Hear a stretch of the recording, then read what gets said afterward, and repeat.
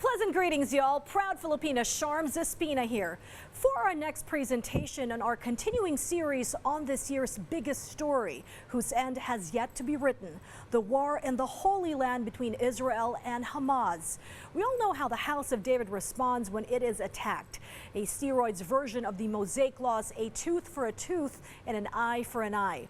If Israel is hit, it responds with payback many times over in number and intensity.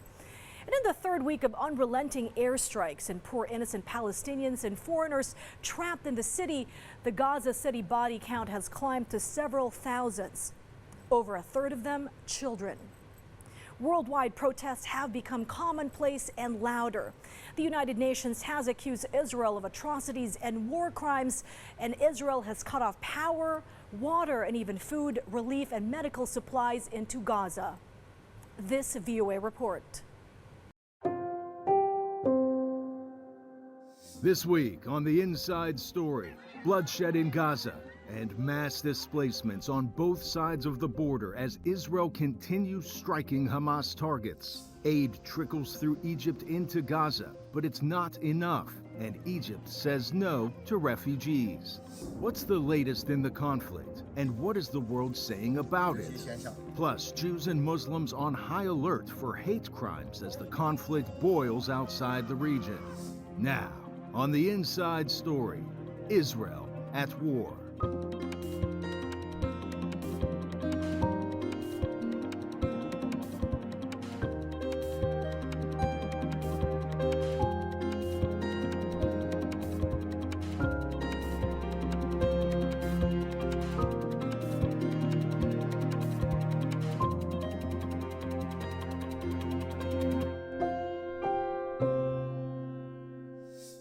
Welcome to The Inside Story. I'm Patsy Widakuswara at the White House.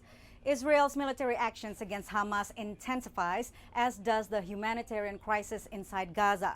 The Biden administration continues to support Israelis' right to defend itself as it tries to contain the conflict from spreading across the region.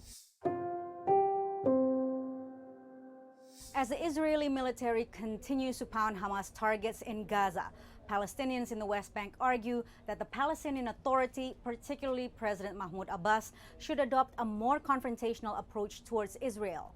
They point out that decades of negotiations have yielded no significant progress. We begin with Jan Bochat in Ramallah in the West Bank. Hi, I'm Jan Bochat. I'm here in Ramallah. As you can see, hundreds of people are here for a very, very sad funeral. A young boy, 16 years old, was killed by the Israeli forces during an operation in the Kalandia camp. Streets of the West Bank are filled with anger and frustration. After more than 2 weeks of war between Israel and Hamas, many Palestinians say the brutality of the conflict is growing closer, and they are criticizing Palestinian Authority President Mahmoud Abbas, also known as Abu Mazen. Abu Mazen is incapable of doing anything. He does not have the ability to protect us, to defend us. He is helpless. Our only hope is for other countries to impact Israel. Ofan Hassan is the deputy mayor of Kusra, a small Palestinian village in the West Bank. On October 11th, it was attacked by Jewish settlers who live in the area. 4 people were killed, according to the Palestinian Health Ministry. Since the Hamas attack in southern Israel on October 7, around 100 Palestinians have been killed in the West Bank by Israeli forces and Jewish settlers, according to different reports. As violence escalates, more people here are calling for a confrontational approach instead of the negotiations favored by the Palestinian Authority in recent decades. For many, Abbas and the Palestinian Authority have not benefited Palestinians by taking a less assertive stance toward Israel. With more pressure on Palestinians, any group that is aiming to confront Israel becomes popular. So I'm not worried about popularity of this party over our party, basically. But I'm worried about the world not seeing the importance of ending the conflict. Zaidan recognizes that pressure is mounting on the Palestinian Authority with the war in Gaza and the escalation of violence in the West Bank. I think people are charged with emotions, and anybody in power is expected by the people to do more. We are certainly doing what we could in every aspect of the term because we want to see end to hostilities. Last week, hundreds of people took to the streets of Ramallah in protest of Abbas and the Palestinian Authority. Internal security clashed with the protesters. But at least one person on the streets of West Bank doesn't seem convinced. So first of all, I think that the Palestinian Authority, with all the politicians they have, should start thinking of something else. Because as you have said that 30 years of negotiation has brought nothing to us. As the division in the West Bank grows, only one thing seems to unite Palestinians here: the sense that the worst is yet to come. I'm Ngayon from Ramallah for PTV News. While the humanitarian situation in Gaza is becoming increasingly dire, on the Israeli side of the border, those forced to evacuate are also looking for shelter. Our correspondent in Jerusalem, Linda Gradstein, has the story. A tent city goes up on the grounds of the Kfar Maccabiah Convention Center in a Tel Aviv suburb for the latest group of Israeli evacuees, now fleeing towns near the Lebanese border and the threat of Hezbollah rocket attacks and incursions.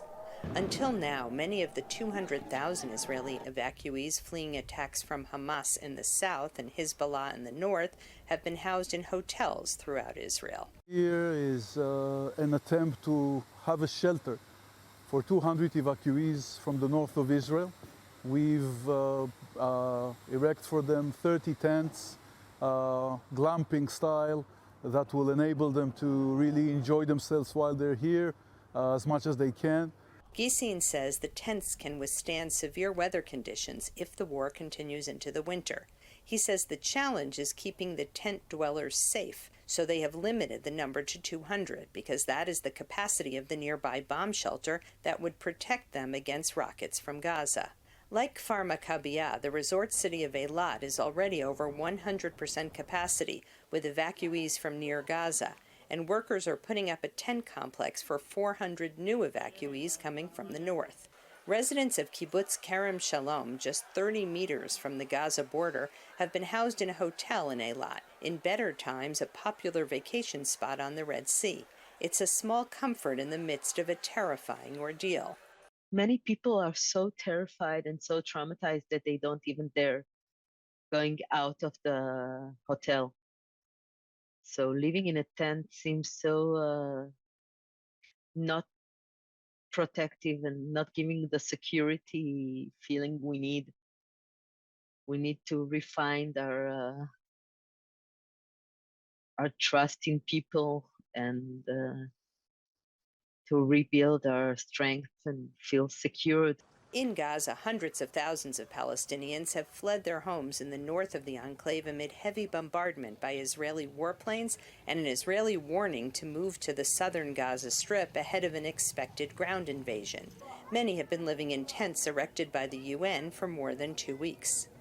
I've been in this tent for 9 days, and I can't even bathe my children. I don't have water. I don't have space to bathe them. I can't find clean clothes. I don't have clean floors to seat them on. I worry for my children. They cough and their noses run at night. My oldest son has asthma. The war between Israel and Hamas shows no sign of ending soon, which means that thousands of people on both sides of the conflict have something in common. They are looking at spending a cold winter in tents. Linda Gradstein, VOA News, Jerusalem. Amid an impending Israeli ground invasion on Gaza, President Joe Biden is facing the challenges of balancing unwavering support for America's closest ally in the Middle East with international demands for more robust protection for civilians in Gaza and Israeli restraint to avoid a broader war in the Middle East. As airstrikes in Gaza continue, President Joe Biden has been urging Israel to consider the consequences of what Prime Minister Benjamin Netanyahu calls its mighty vengeance on Hamas. Are you encouraging the Israelis to delay invasion? Talking in Israel. It's part of Biden's push to buy more time to secure delivery of much-needed aid for civilians, the extraction of several hundred Palestinian Americans trapped in Gaza, and hostage negotiations.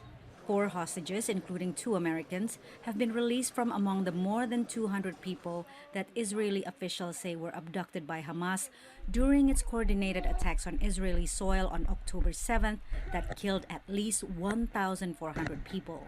The attacks by Hamas did not happen in a vacuum.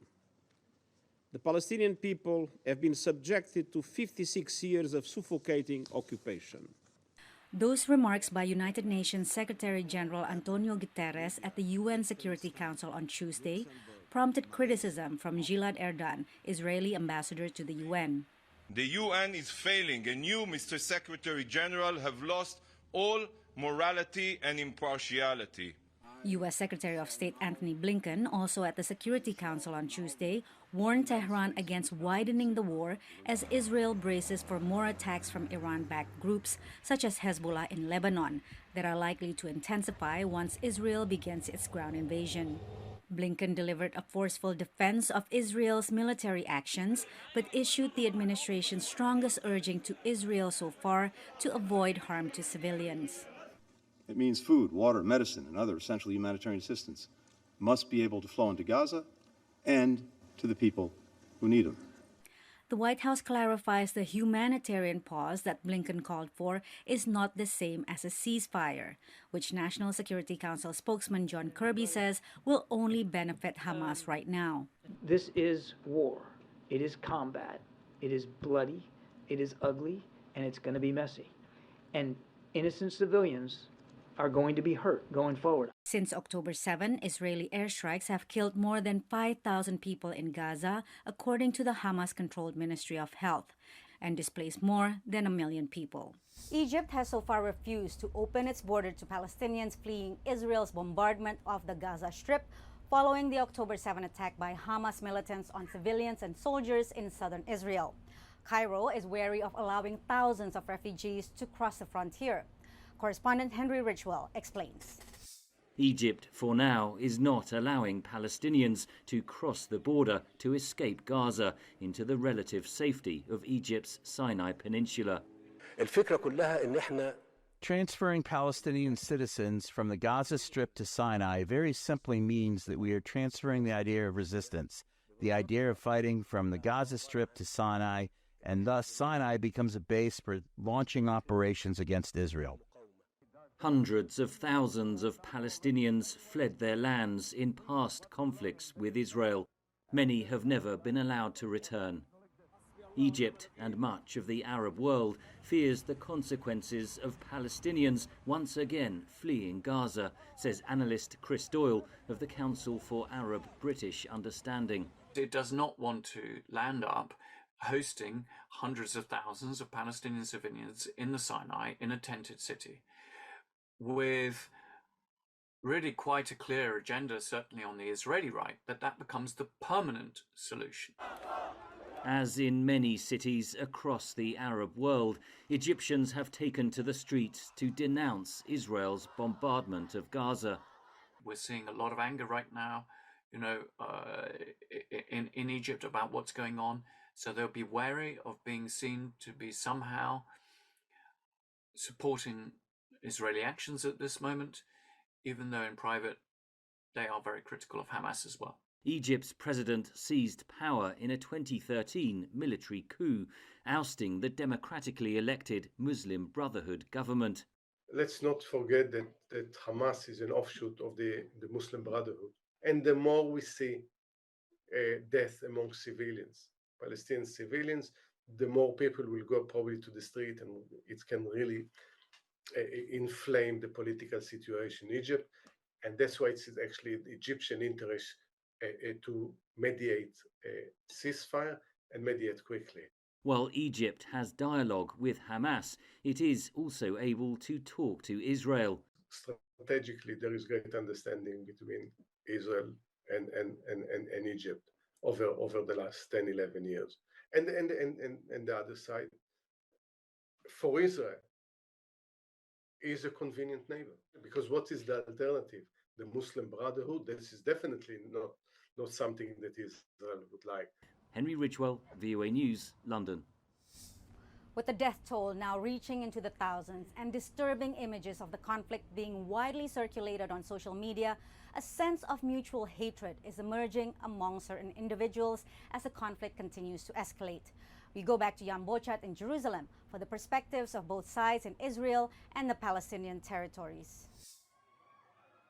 The violence has been nonstop as Israeli warplanes bomb Gaza, while Hamas continues to fire rockets into Israel. West Bank protests broke out after last Friday's prayers, and confrontations between Israeli forces and Palestinians left several dead. For the first time in almost 20 years, Israeli jets attacked a West Bank town.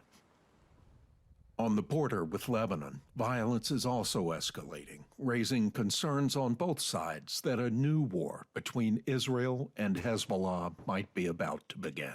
On social media, graphic scenes of violence are everywhere, available to everyone. The Israeli government posted video that purports to show body cam footage of a Hamas militant shooting at a civilian vehicle and a dash cam video from inside the car. VOA could not independently confirm the authenticity of the video. The unfiltered and sometimes false information fuels mutual hatred that is becoming more intense and ingrained in people on both sides of this conflict. These children you see, these quadruplets, their parents waited 16 years to have them. Now they are killed.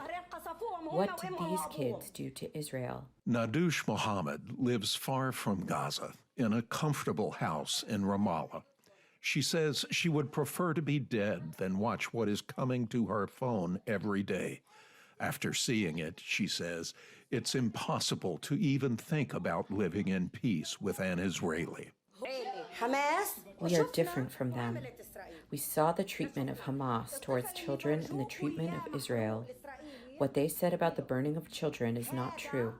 Hamas treats its hostages very well. She refers to a video she saw released by the militant group Hamas, claiming it is taking good care of Israeli children it is holding hostage. The content of that video is unverified. For several days, Ramallah's streets have been full of people protesting the Israeli attacks on Gaza.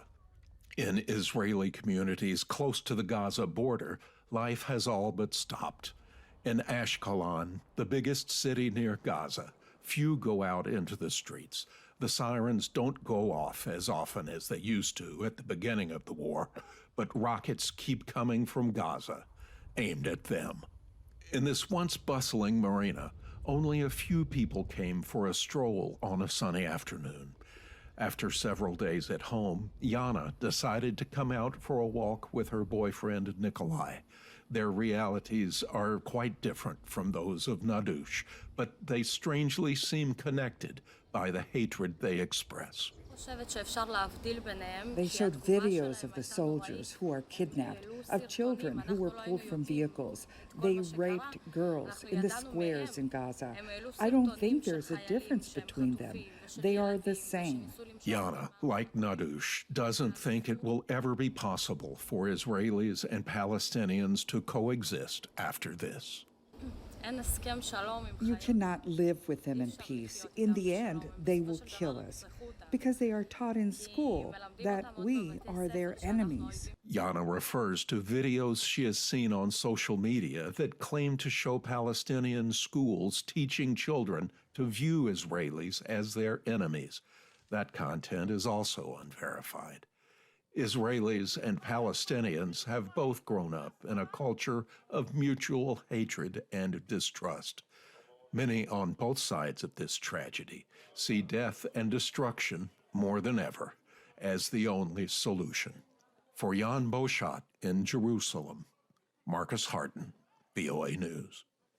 As Israeli airstrikes continue, so has the barrage of disinformation. The conflict is being fought not only on the ground, but also on the internet. Correspondent Robin Guest brings us the details. As Israel escalates its military response to Hamas, It moves to crack down against media that it says support the militant group. Included in new emergency regulations, a plan to shutter the Al Jazeera local bureau over claims of Hamas propaganda. Critics argue moves to silence journalists or an entire news organization amount to censorship. Quinn McHugh is the executive director of the Press Freedom Organization, Article 19. Shutting down access to information and a legitimate news agency such as Al Jazeera is never a step that should be taken lightly. And it is a very worrying step of losing a credible news source and the information gap that would have and what that would send to audiences more broadly around the world and in the Middle East. The Israel-Hamas conflict is rife with disinformation and misinformation weaponized for war. The false narratives are prominent online, especially through social media. Media watchdogs say that the role of news organizations to debunk disinformation is critical and that no voice should be silenced. The Committee to Protect Journalists and other media advocates urge Israel not to take such a drastic step. U.S. public broadcaster NPR has a team of 8 journalists on the ground covering the war. Its CEO, John Lansing, who used to head VOA parent company, the U.S. Agency for Global Media, says the primary obligation of journalists is the truth. Just vigilance, understanding that all you have is credibility. That's all it is, whether it's VOA or NPR or the New York Times. And anything that threatens the credibility of what people are reading or seeing is a failure. And we always have to put our audiences first. Israel's communications ministry did not respond to VOA's email requesting comment, but directives from its communications and defense ministries accuse Al Jazeera of pro-Hamas bias and spreading propaganda. Israel says it considers Al Jazeera's reporting a threat to its national security, its soldiers, and its civilians. Al Jazeera did not respond to VOA's email request for comment, but its published code of ethics states in part that its journalists must adhere to values of fairness and independence. Some media watchdogs say Al Jazeera is not an outlier news organization spreading disinformation. They're able to provide a very interesting and balanced and unique perspective. Shutting that agency down and removing them would be a very chilling step for freedom of expression in the media in the region that would open the floodgates to other kind of restrictions and repression. As the conflict escalates, media analysts watch closely for moves restricting news coverage on either side of the war. Robin Guess, VOA News. Muslim and Jewish communities in the U.S. are on alert, fearing a rise in harassment and hostilities related to the Israel-Hamas conflict. VOA's Veronica Balderas Iglesias has the perspectives of those affected and those calling for measures to diffuse mounting tensions.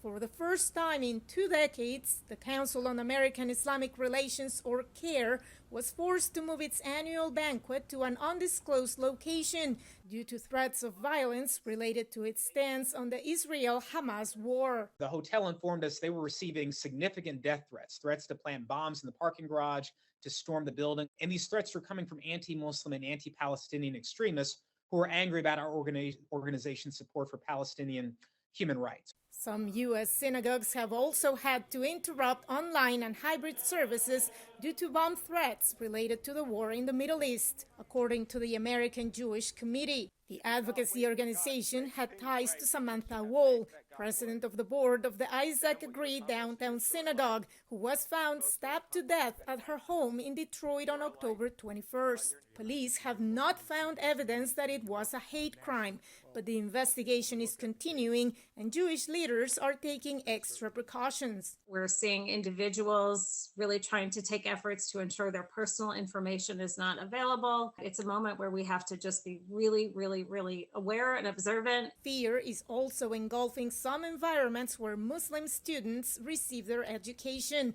The national nonprofit Islamic Schools League of America told VOA. On Friday, there was one full-time Islamic school in the Chicagoland area that received credible and detailed threats against their school community, and they decided to move to remote learning. Jewish daytime schools are actively seeking more funding to strengthen their own security measures. Shatterproof glass and ballards and all of these other safety measures that institutions can put into place. But we also call on religious leadership and political leadership across the world to condemn anti-Semitism, to condemn Islamophobia, to condemn hate-motivated violence and speech, and to call it out when they see it, not to encourage it. Thanks for joining us on this episode of The Inside Story, highlighting our continuing coverage of the war in Gaza. Catch up on past episodes on our free streaming service, VOA Plus, and stay up to date with all the latest news at voanews.com. Follow me on social media at @PWDaguswara. See you next week with another episode of The Inside Story.